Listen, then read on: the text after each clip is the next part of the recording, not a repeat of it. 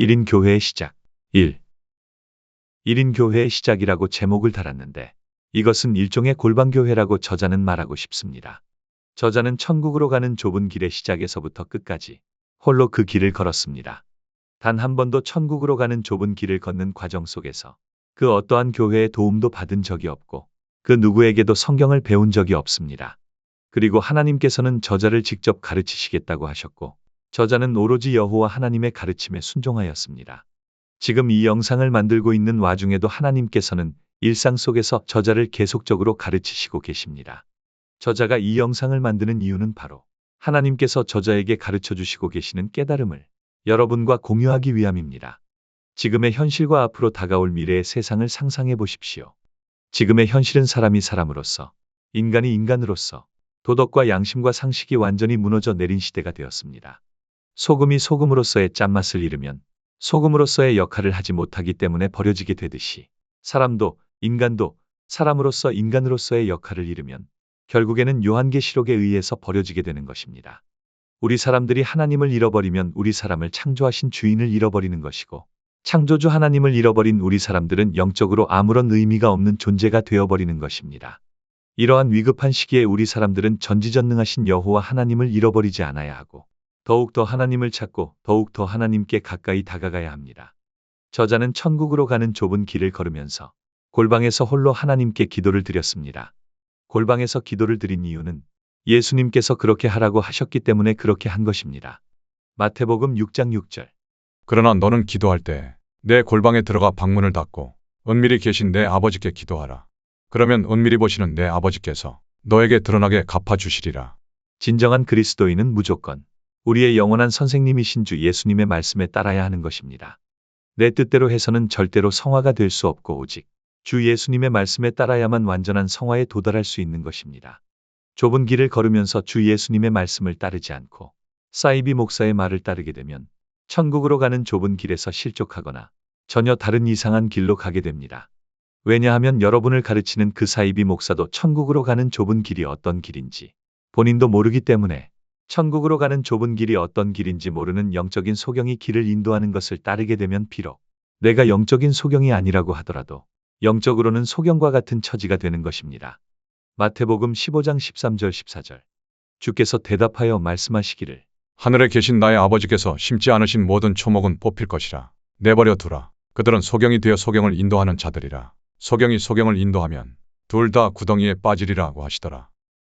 천국으로 가는 좁은 길을 걷고자 하는 사람은 사이비 목사의 말을 듣는 것이 아니라 오직 주 예수님의 말씀만 들어야 하는 것입니다.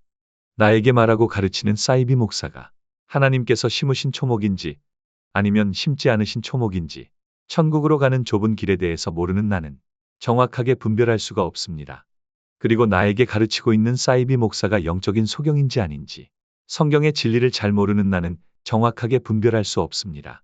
그렇기 때문에 나만의 1인 교회가 절실하게 필요한 것인데 그것이 바로 주 예수님께서 말씀하신 골방교회인 것입니다.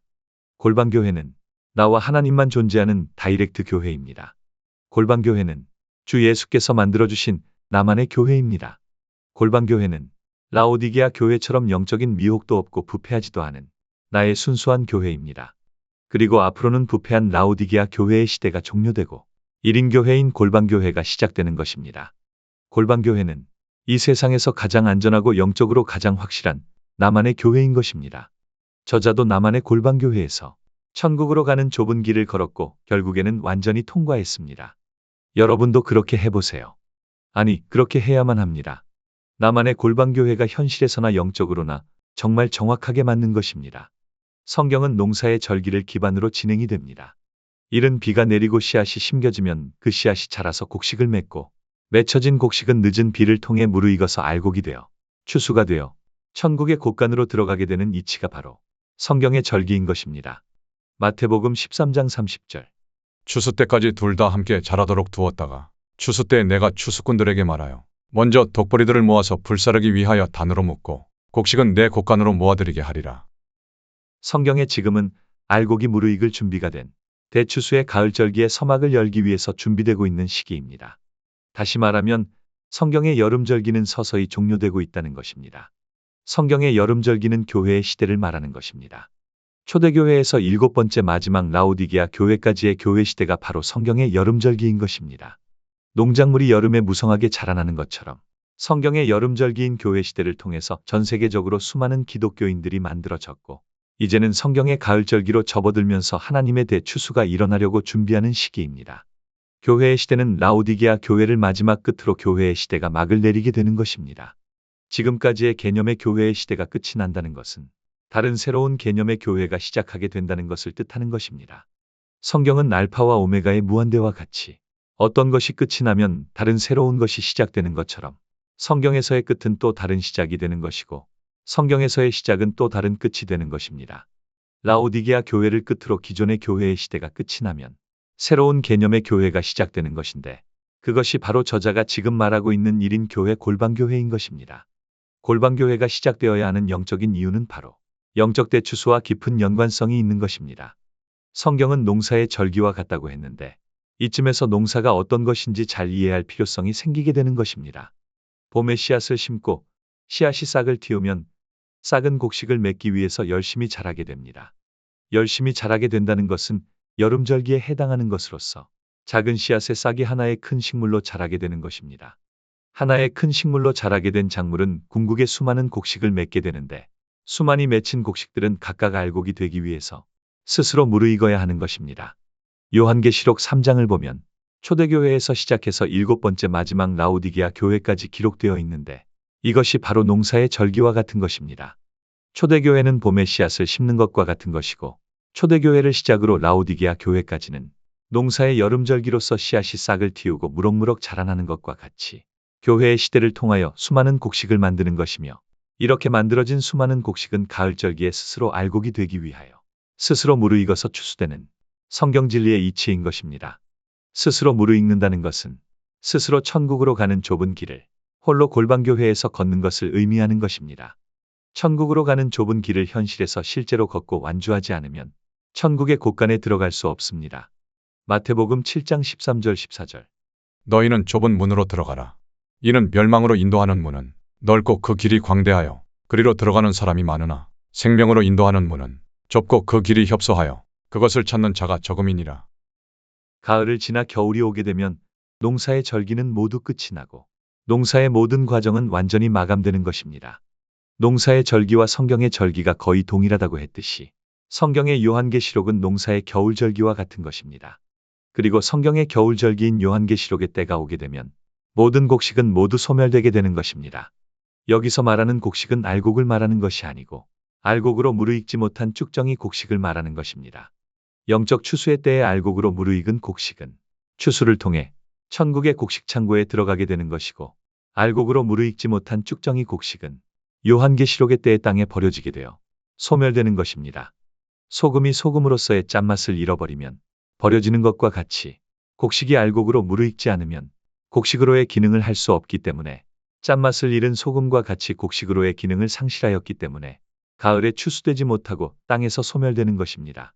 앞으로 곧 다가올 성경의 가을의 절기에 알곡으로 무르익어서 추수되어 하늘의 곡식 창고인 천국으로 들어가고자 한다면 지금이라도 알곡으로 스스로 무르익는 천국으로 가는 좁은 길을 현실에서 실제로 걸어야만 하는 것입니다. 성경의 가을의 절기에 추수되지 못하여 요한계시록의 때의 땅에 버려지는 곡식이 되지 않으려면 지금이라도 알곡으로 스스로 무르익는 천국으로 가는 좁은 길을 현실에서 실제로 걸어야만 하는 것입니다.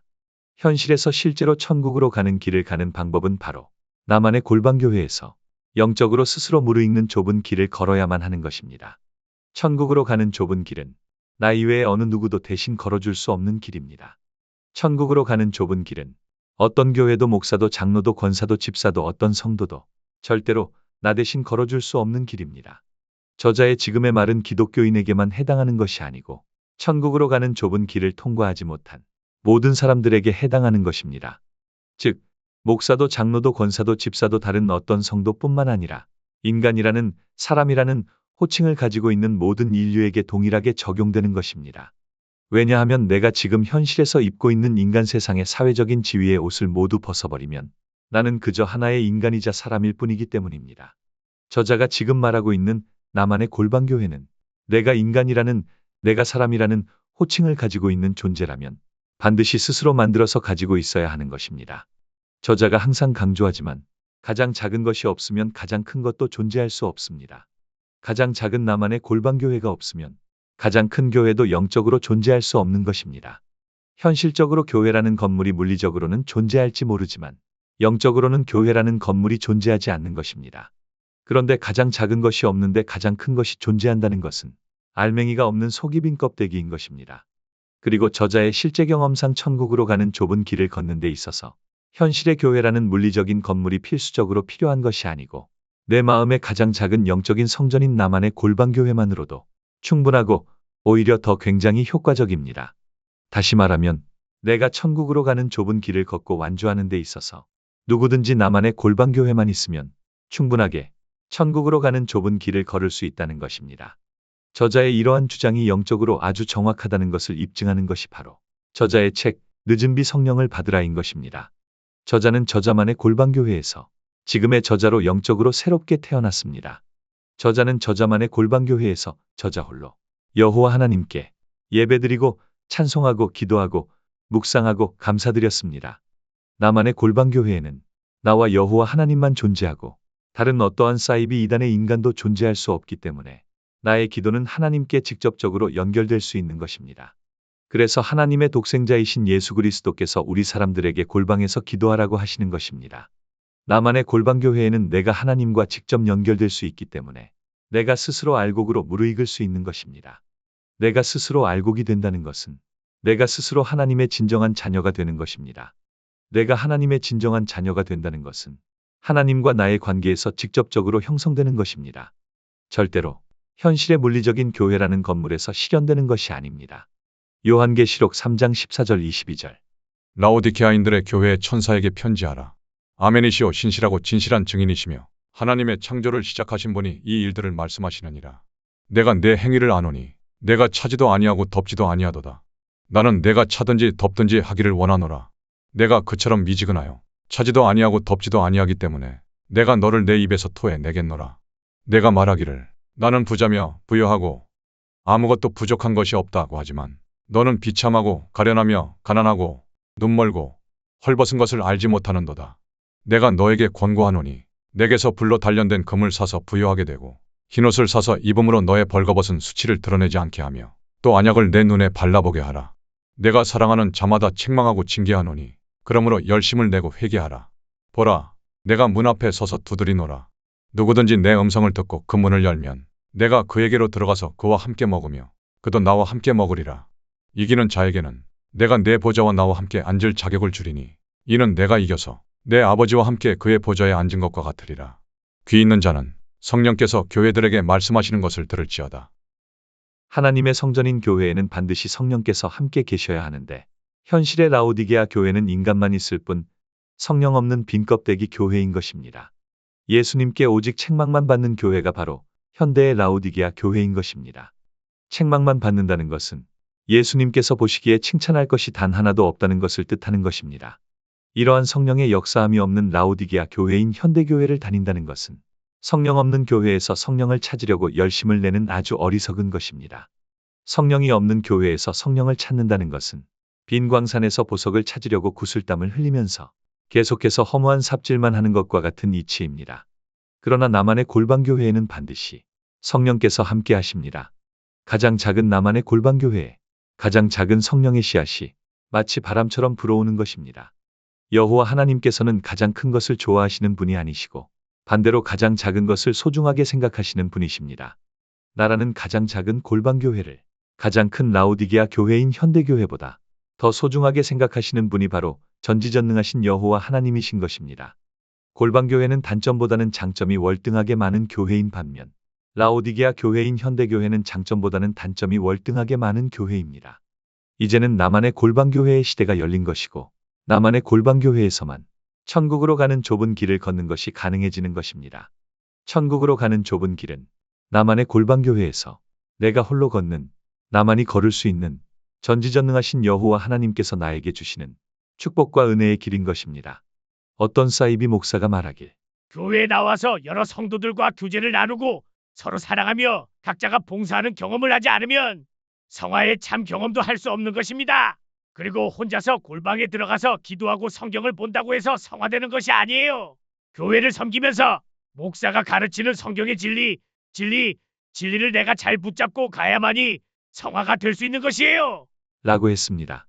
저자의 시각에서 볼 때 이사이비 목사는 본인조차도 성화의 메커니즘을 전혀 알지 못하면서 많은 사람들을 미혹하여 천국으로 가는 좁은 길이 아닌 지옥으로 가는 넓은 길로 인도하고 있는 것입니다. 우리 사람의 영원한 선생님이신 예수 그리스도께서 골방에서 기도하라고 말씀하시고 가르치신 것을 이사이비 목사는 하나님의 독생자 예수 그리스도의 말씀과 가르침을 정면으로 반박한 것입니다. 이와 같은 사이비 목사에게 미혹당하지 않으려면 내 스스로가 영적인 분별력을 키워야 하는 것입니다.